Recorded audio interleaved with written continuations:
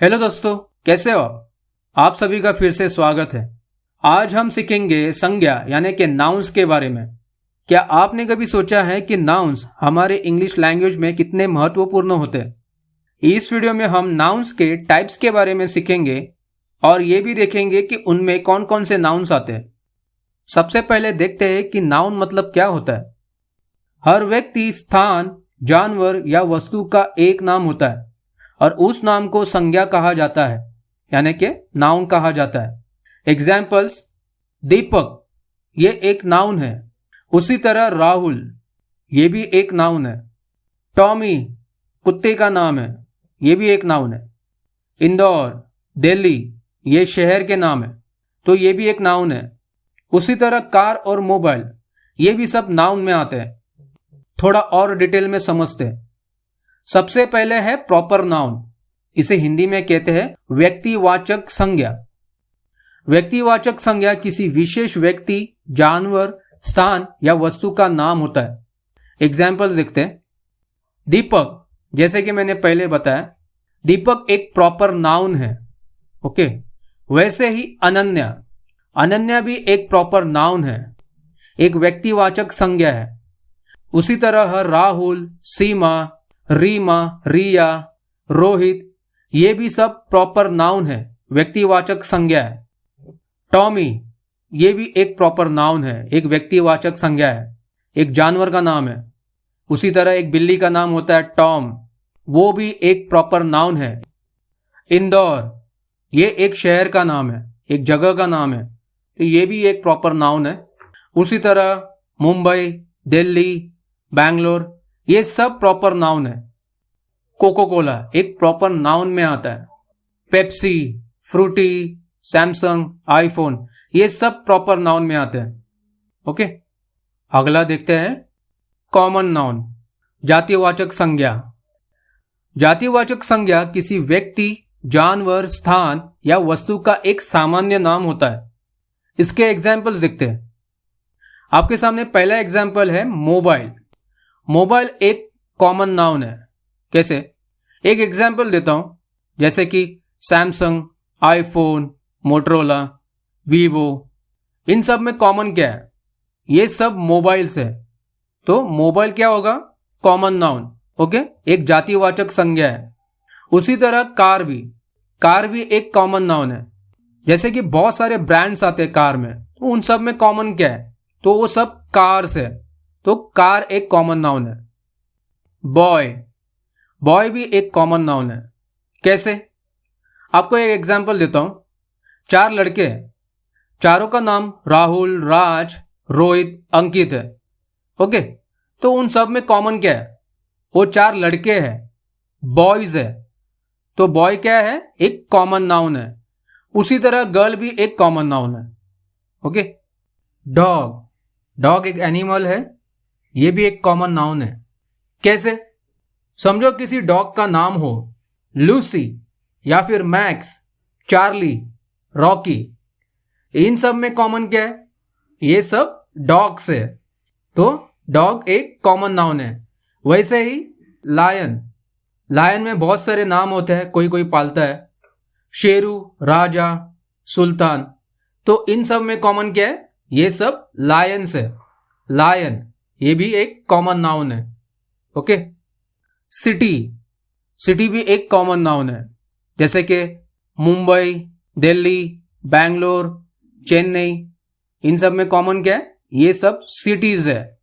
उसी तरह state, MP, UP, Maharashtra, Gujarat, तो इन सब में कॉमन क्या है? ये सब स्टेट है। आगे बढ़ते हैं। कलेक्टिव नाउन, समूहवाचक संज्ञा। समूहवाचक संज्ञा व्यक्तियों, जानवरों या वस्तुओं के समूह को एक एकाकी के रूप में दर्शाती है। इसके एग्जाम्पल्स देखते हैं। आपके सामने कई एग्जाम्पल्स है। पहला एग्जाम्पल है आर्मी एक समूहवाचक संज्ञा है, कलेक्टिव नाउन है। कैसे? तो आर्मी में एक से ज्यादा सोल्जर्स होते हैं, सैनिक होते हैं, एक ग्रुप होता है सैनिकों का, इसलिए उसे कहते हैं कलेक्टिव नाउन। उसी तरह टीम में एक से ज्यादा प्लेयर्स होते हैं, एक से ज्यादा खिलाड़ी होते हैं, जैसे कि फुटबॉल टीम हो, क्रिकेट टीम हो, एक से ज्यादा लोग खेलते हैं, इसलिए हम टीम बोलते हैं। एक से ज्यादा प्लेयर्स होते हैं। पीपल, पीपल में एक से ज्यादा लोग होते हैं, तो ये भी एक कलेक्टिव नाउन है। क्लास, क्लास में भी एक से ज्यादा स्टूडेंट्स है, विद्यार्थी है, तो ये भी एक कलेक्टिव नाउन है। हर्ड, हर्ड का मतलब क्या है? एक झुंड, मवेशियों का झुंड, तो ये भी एक कलेक्टिव नाउन है, पशुओं का झुंड है। ओके, उसी तरह ऐसे बहुत सारे एग्जाम्पल्स है, जैसे कि फैमिली, फैमिली में बहुत सारे लोग होते हैं, रिलेटिव्स होते हैं, तो ये भी एक कलेक्टिव नाउन है। क्राउड, भीड़, भीड़ में भी एक से ज्यादा लोग होते हैं, बहुत सारे लोग होते हैं, वो भी एक कलेक्टिव नाउन है। गैंग, एक से ज्यादा लोग होते हैं गैंग में। पैक, पैक का मतलब है एक झुंड है। किसका झुंड?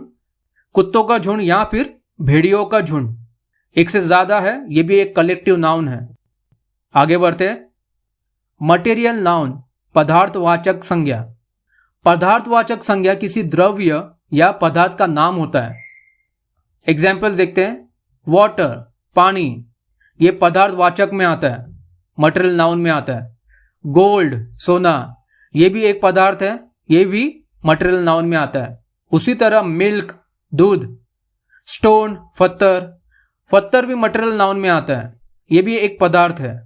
इसी तरह बहुत सारे एग्जाम्पल्स है, जैसे कि पेपर, कागज। वुड, लकड़ी। ग्लास, कांच। कॉटन, कपास यानी कि कापूस, ये सब मटेरियल नाउन्स है। ओके, आगे देखते हैं। एब्स्ट्रैक्ट नाउन, भाववाचक संज्ञा। क्या होता है? An abstract noun is the name of an idea, feeling, quality और state that cannot be touched. क्या मतलब होता है इसका? देखते हैं। इसका मतलब है कि हम जिसे देख, छू या चख नहीं सकते, वैसे नाउन। एग्जाम्पल्स देखते हैं। पहला एग्जाम्पल है हैप्पीनेस, यानी कि खुशी। ये एक एब्स्ट्रैक्ट नाउन है, भाववाचक संज्ञा है। इसे हम देख नहीं सकते, छू नहीं सकते, इसे सिर्फ हम महसूस कर सकते हैं, तो ये एब्स्ट्रैक्ट नाउन है। उसी तरह लव, प्यार, प्रेम, ये भी एक भाववाचक संज्ञा है, एब्स्ट्रैक्ट नाउन है। इसे हम छू नहीं सकते, देख नहीं सकते, इसे हम सिर्फ फील कर सकते हैं। इसी तरह बहुत सारे एग्जाम्पल्स है। फ्रीडम, स्वतंत्रता, ये भी एक भाववाचक संज्ञा है, एब्स्ट्रैक्ट नाउन है। ब्रेवरी, बहादुरी, ये भी एक एब्स्ट्रैक्ट नाउन है। सैडनेस, उदासी। एंगर, गुस्सा। ऑनेस्टी, ईमानदारी, ये भी एक एब्स्ट्रैक्ट नाउन है। इसे फील कर सकते हैं, सिर्फ इसे सिर्फ महसूस कर सकते हैं, इसे देख नहीं सकते, छू नहीं सकते। उसी तरह जस्टिस, न्याय, ये सब एब्स्ट्रैक्ट नाउन में आते हैं, भाववाचक संज्ञा में आते हैं। That's all. इसी तरह आप रोज प्रैक्टिस करते रहे। मिलते हैं अगले लेसन में। Till then goodbye and take care.